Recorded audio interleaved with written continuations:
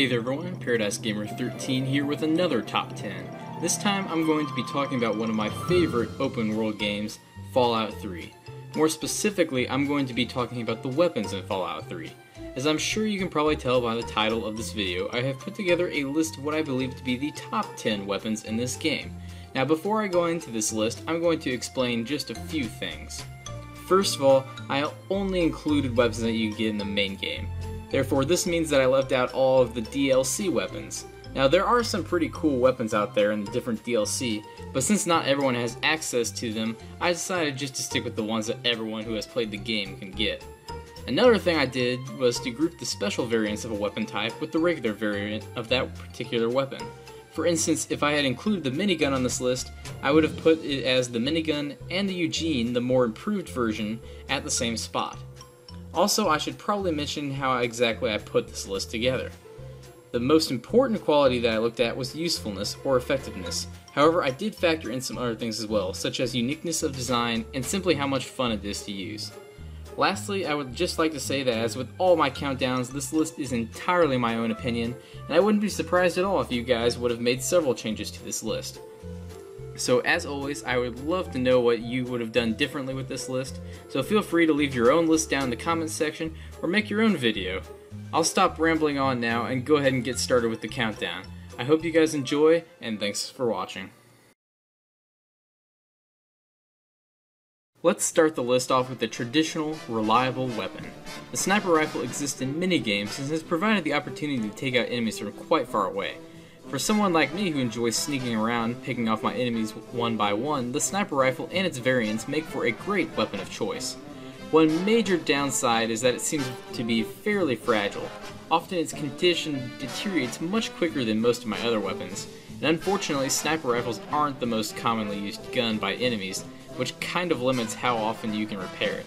My only other complaint is that there isn't any kind of suppressor attachment to use that would provide even more stealth.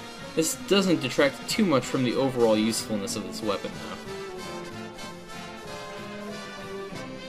As I mentioned while talking about the sniper rifle, I prefer to generally play pretty stealthily, and so I rarely use some of the bigger weapons.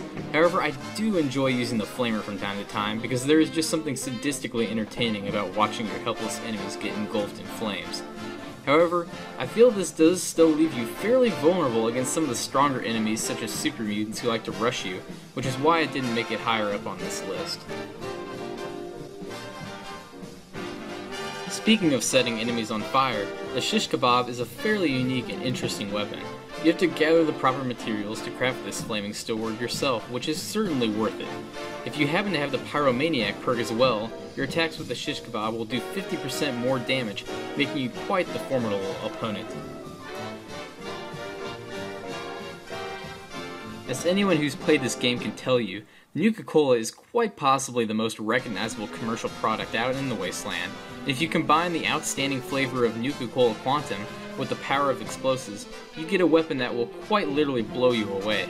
Made by combining the semi-rare Nuka-Cola Quantum, a tin can, Abraxo cleaner, and turpentine, it will erupt into a massive burst of blue and orange flames upon contact. The basic damage it deals is among the highest in the game, and is only topped by mini-nukes. Like the sniper rifle, shotguns are trusty weapons that any lone wanderer should have. Admittedly, it's not very effective from a long distance, but up close it deals quite a bit of damage to enemies. A shot to the face will easily dispose of many human enemies, and will quickly take down just about anything else. The combat shotgun's variant, the Terrible Shotgun, is even more powerful. As a matter of fact, it is the second most powerful weapon in the small guns category.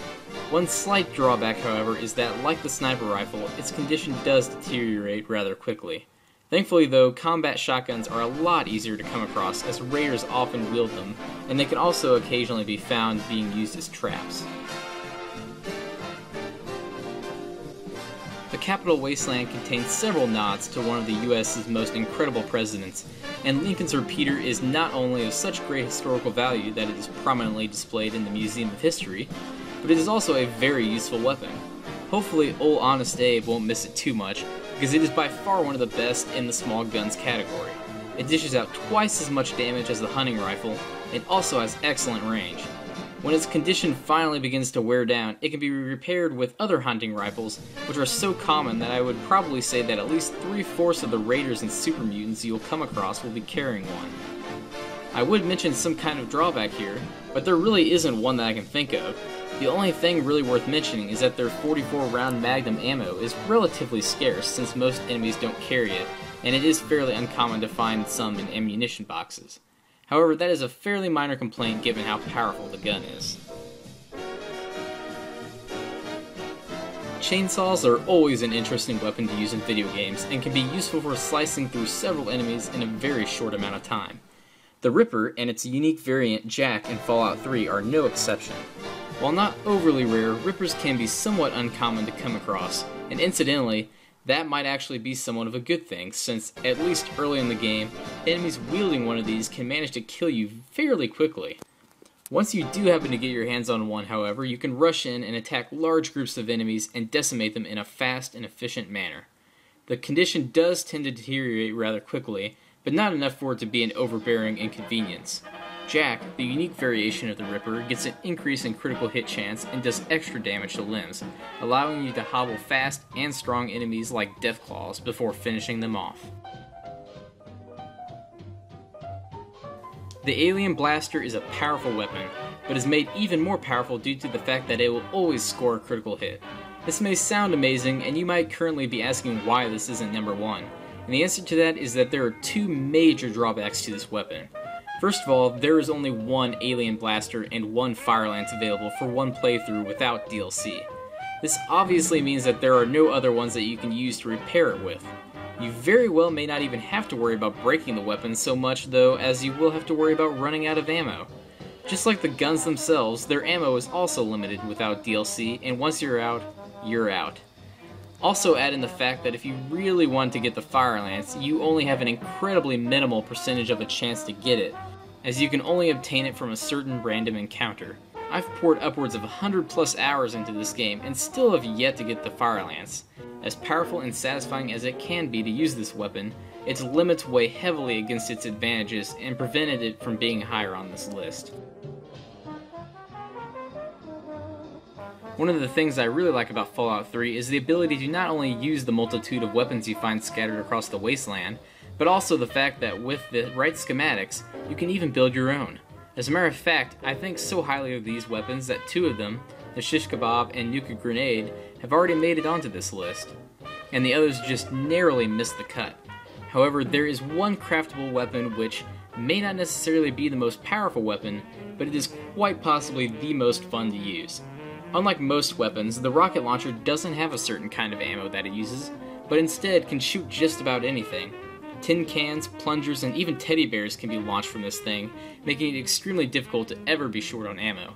Even if for some reason you should find yourself low on junk, you can actually retrieve the stuff you shot and reuse it, making this not only a very interesting weapon, but also very practical. Strangely though, no matter what type of object you use as ammo, it will always do the same amount of damage. This obviously detracts from the realisticness of it since teddy bears will harm your enemies as much as flying gas tanks will. Nonetheless though, with so many things to pepper your enemies with, the rocket launcher is without a doubt one of the coolest weapons in Fallout 3. Now, most of you probably saw this coming. In all honesty though, it's pretty hard to beat out a weapon that can eradicate enemies in a nuclear explosion, let alone the unique experimental MIRV which shoots 8 at once. Obviously Mini Nukes, the Fat Man's ammo, is pretty uncommon. However, that isn't necessarily that big of a problem since you can easily dispose of most enemies in your way, even being able to take down super mutant behemoths rather quickly. Not to mention, it is pretty sturdy as well, so you shouldn't have to worry about it breaking anytime soon. The regular Fat Man can fire about 160 mini nukes before breaking, and if that isn't enough, the experimental MIRV can fire a whopping 4,000 mini nukes before breaking. In my opinion, the Fat Man and its unique variant, the experimental MIRV, are by far the greatest weapons in the game. Not only do they pack a nuclear-powered punch, but there is simply just something satisfying about watching your enemies being vaporized by its explosions. Well, that's it for today's video. If you guys like this video, I would really appreciate you leaving me a like, and also subscribe to my channel if you haven't done so and you want to be notified of future content and videos. And recently I got a Facebook and Twitter in order to better keep you guys updated on stuff, so like and follow those respectively if you want to be kept up to date on all the stuff that I'm currently working on. Those links can be found in the description if you are interested. Another thing I do want to mention is, if you possibly noticed when you watched some of my older videos and then you watch this one, is that I also have a new little intro segment that I put together. So I know some people, don't like long intros, some people kind of like intros, but I just thought I'd try this for something different. I thought it was kind of neat to, kind of get my point across of what my channel is and stuff. So if you guys liked it or didn't like it or whatever, feel free to let me know that in the comments as well. And also, if you guys want to see even more of my videos, you can click this little annotation right over here to watch the last countdown I did, Top 10 Easiest Stars in Super Mario 64. You can also click over here to watch my next countdown, Top 10 Animals in Gaming. Again, I hope you guys enjoyed, and thanks again for watching.